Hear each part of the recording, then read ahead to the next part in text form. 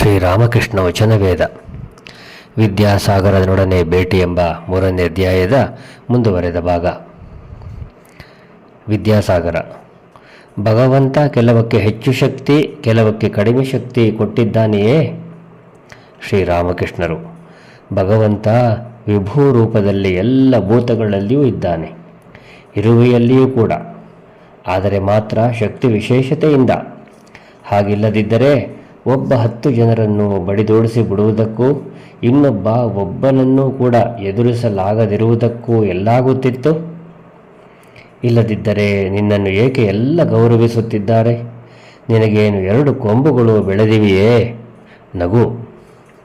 ನಿನ್ನಲ್ಲಿ ವಿದ್ಯೆ, ದಯೆ ಬೇರೆಯವರಿಗಿಂತ ಅಧಿಕವಾಗಿ ಇದೆ.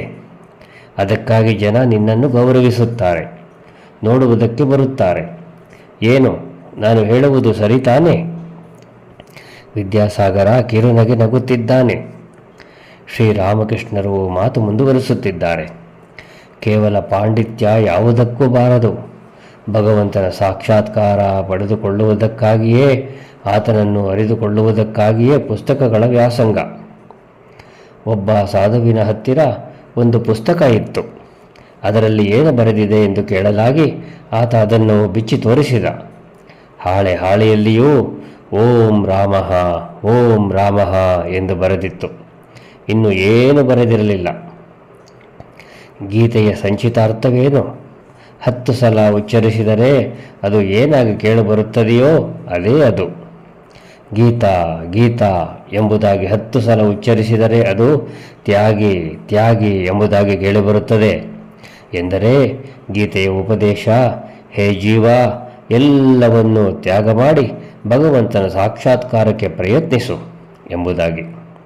ಸಾಧುವೇ ಆಗಲಿ, ಸಂಸಾರಿಯೇ ಆಗಲಿ, ಎಲ್ಲರೂ ಆಸಕ್ತಿಗಳನ್ನು ಮನಸ್ಸಿನಿಂದ ತೊಡೆದು ಹಾಕಬೇಕು. ಚೈತನ್ಯ ದೇವ ದಕ್ಷಿಣ ಭಾರತದಲ್ಲಿ ತೀರ್ಥಯಾತ್ರೆ ಮಾಡುತ್ತಿದ್ದಾಗ ಒಬ್ಬ ಗೀತೆ ಓದುತ್ತಿರುವುದನ್ನು ನೋಡಿದ. ಇನ್ನೊಬ್ಬ ಸ್ವಲ್ಪ ದೂರದಲ್ಲೇ ಕುಳಿತು ಅದನ್ನು ಕೇಳುತ್ತಾ ಅಳುತ್ತಿದ್ದ.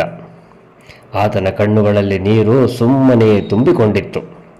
ಚೈತನ್ಯ ದೇವ ಆತನನ್ನು ಕೇಳಿದ, ಏನು, ಇದೆಲ್ಲ ನಿನಗೆ ಅರ್ಥವಾಗುತ್ತದೆಯೇ?